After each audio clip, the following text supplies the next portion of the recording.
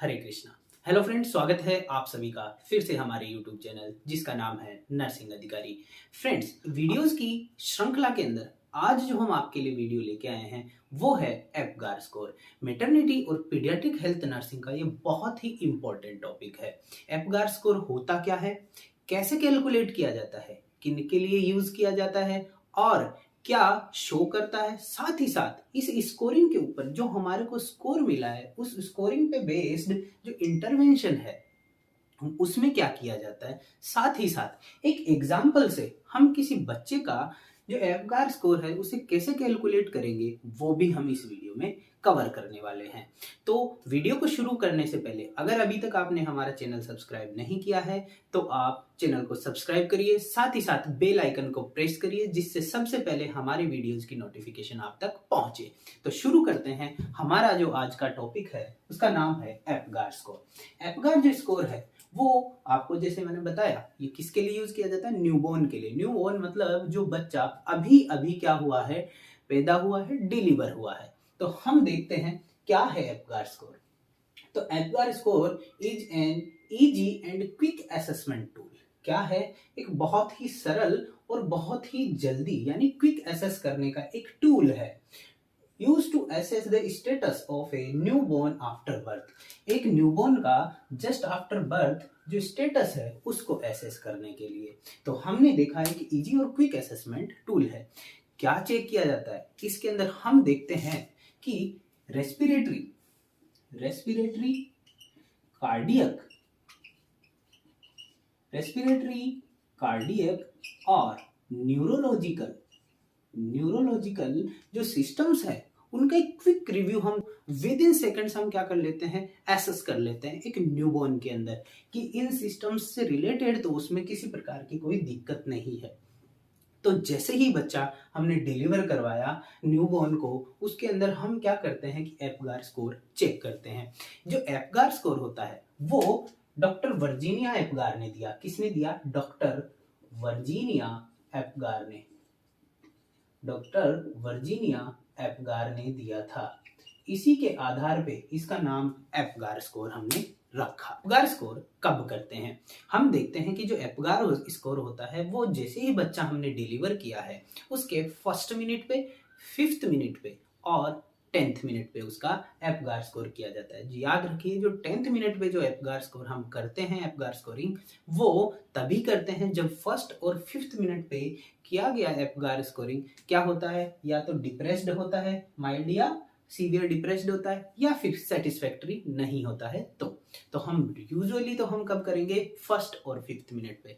और अगर फर्स्ट और 5th पे अगर मान लीजिए ठीक और सेटिस्फैक्टरी नहीं हुआ है तभी हम 10th मिनट पे करते हैं। तो यहाँ पे एप्गार स्कोरिंग में हमने क्या देखा है कि रेस्पिरेटरी, कार्डियक और न्यूरोलॉजिकल जो सिस्टम्स है उनको बहुत ही जल्दी एक न्यूबॉर्न के अंदर क्या कर लेते हैं, ऑब्जर्व कर लेते हैं। इन्हीं तीनों सिस्टम्स के क्या क्या क्राइटेरिया है हम देखते हैं कि इन्हीं क्राइटेरियाज में ये 5 क्राइटेरिया इंक्लूड हमने किए हैं। और इन्हीं 5 क्राइटेरियाज को हम एप्गार निमोनिक से ही याद कर लेते हैं। एप्गार के अंदर A for appearance, P for pulse, G for grimace, A for activity और आर फॉर रेस्पिरेशन। एपियरेंस के अंदर, पल्स के अंदर, ग्रेमेस के अंदर, एक्टिविटी और रेस्पिरेशन में हम क्या करते हैं, 0, 1 और 2 मार्क्स या स्कोर उसको देते हैं। 0 स्कोर कब देते हैं, 1 कब देते हैं और 2 कब देते हैं, ये हम देखते हैं। और फिर इन सभी को क्या कर लिया जाता है, ऐड कर लिया जाता है और फिर टोटल स्कोरिंग हम निकाल लेते हैं। अगर मान लीजिए अपीयरेंस को हम सबसे पहले देखते हैं कि बच्चा दिख कैसा रहा है। अगर हम देखते हैं कि उसका पेल या ब्लू ऑल ओवर बॉडी, अगर उसकी बॉडी पूरी की पूरी या तो ब्लू है, जैसे ही बच्चा डिलीवर किया है उसके जस्ट बाद हमने उसका अपीयरेंस देखा और देखा कि उसकी बॉडी क्या है, पूरी ब्लू है या फिर पेल है, पूरी होल बॉडी, तो हम उसे 0 स्कोर देते हैं।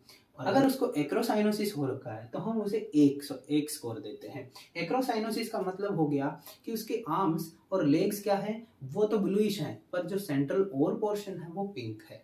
ठीक है, मतलब उसके लिम्स के अंदर ब्लूइशनेस है। ठीक है, तो उसे हम कह देंगे एक्रोसाइनोसिस है। तो ऐसी स्टेट में हम उसको 1 स्कोर देते हैं। और पूरी होल बॉडी अगर पिंक है तो ये क्या बता रहा है, ये बताता है कि हाँ पूरी बॉडी में सर्कुलेशन बहुत बढ़िया है। तब हम उसे क्या करते हैं, 2 स्कोर दे देते हैं, 2 मार्क्स दे देते हैं। फिर चेक करेंगे उसका P4 पल्स।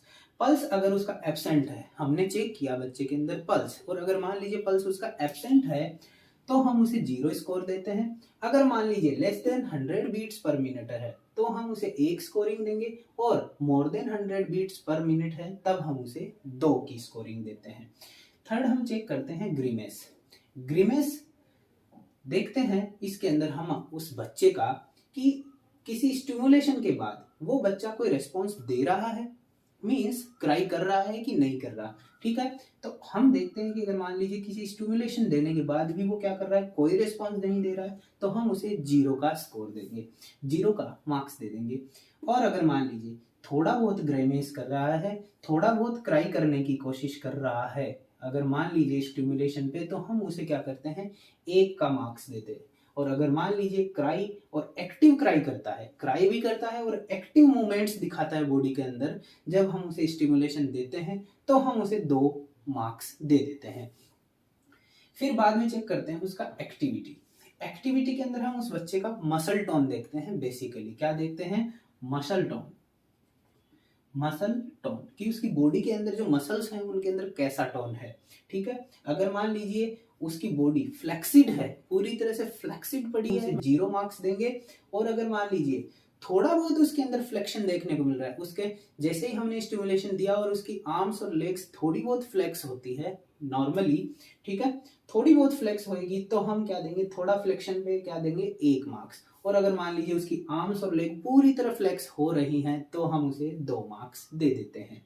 रेस्पिरेशन उसके बाद हम चेक करते हैं। रेस्पिरेशन अगर उस बच्चे का एब्सेंट है न्यूबॉर्न का, तो हम उसे 0 मार्क्स देंगे।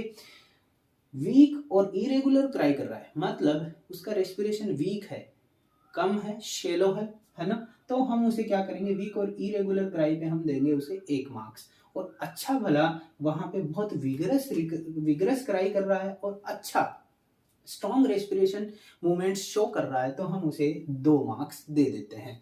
तो यहाँ पे ये जो क्राई है वो यहाँ पे क्या शो ऑफ करती है कि उस बच्चे का जो न्यूबॉर्न है उसका रेस्पिरेटरी एस्टेब्लिशमेंट हुआ है कि नहीं हुआ है।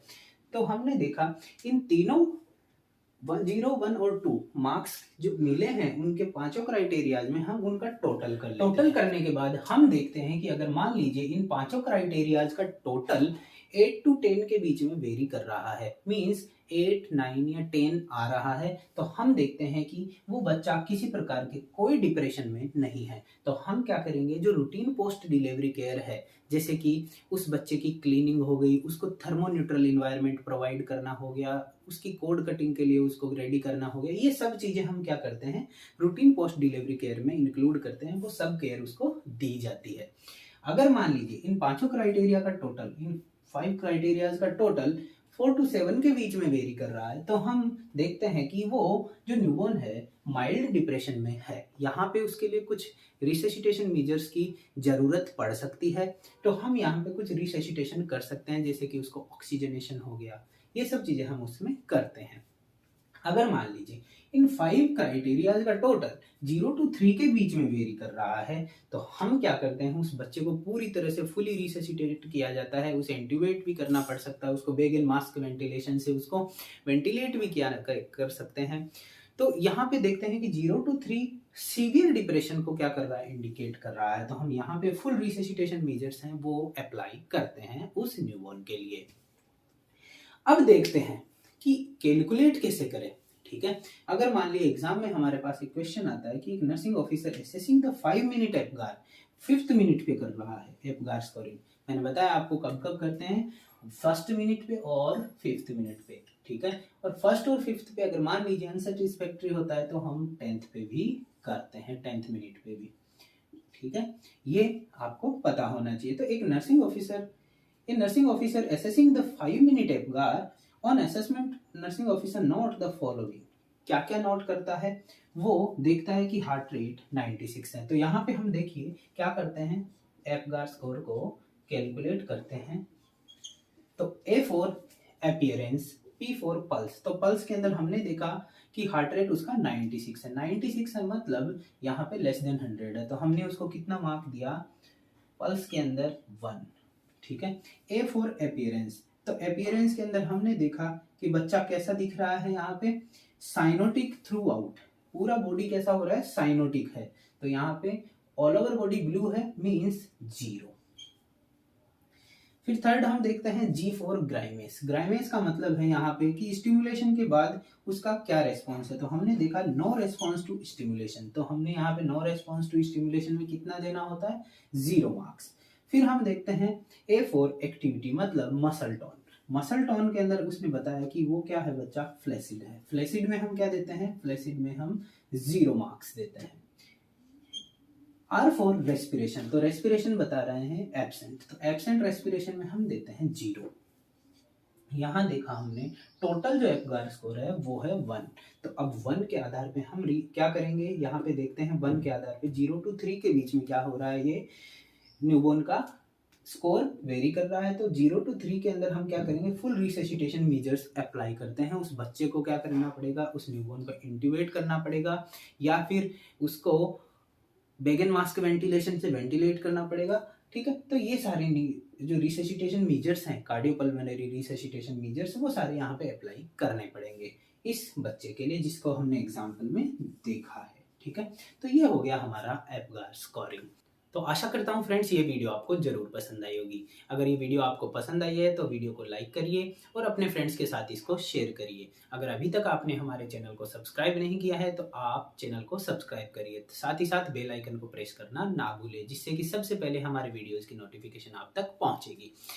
आप हमारे को फेसबुक पे भी नर्सिंग अधिकारी पेज को फॉलो कर सकते हैं, साथ ही साथ इंस्टाग्राम पे भी हमारा नर्सिंग अधिकारी का पेज है, आप उसे भी फॉलो कर सकते हैं। टेलीग्राम पे हमारा नर्सिंग अधिकारी चैनल है, आप वहाँ पे भी हमें फॉलो कर सकते हैं, चैनल को ज्वाइन कर सकते हैं, जहाँ पे मैं बहुत सारी वीडियोज़ की नोटिफिकेशन, साथ ही साथ बहुत सारी वैकेंसीज़ की इन्फॉर्मेशन और हमारे चैनल से रिलेटेड शॉर्ट्स आपको वहाँ देखने को मिलेंगे, साथ ही साथ क्विज आपको वहाँ पे देखने को मिलते हैं। तो फ्रेंड्स मिलते हैं अगले वीडियो में, तब तक के लिए धन्यवाद।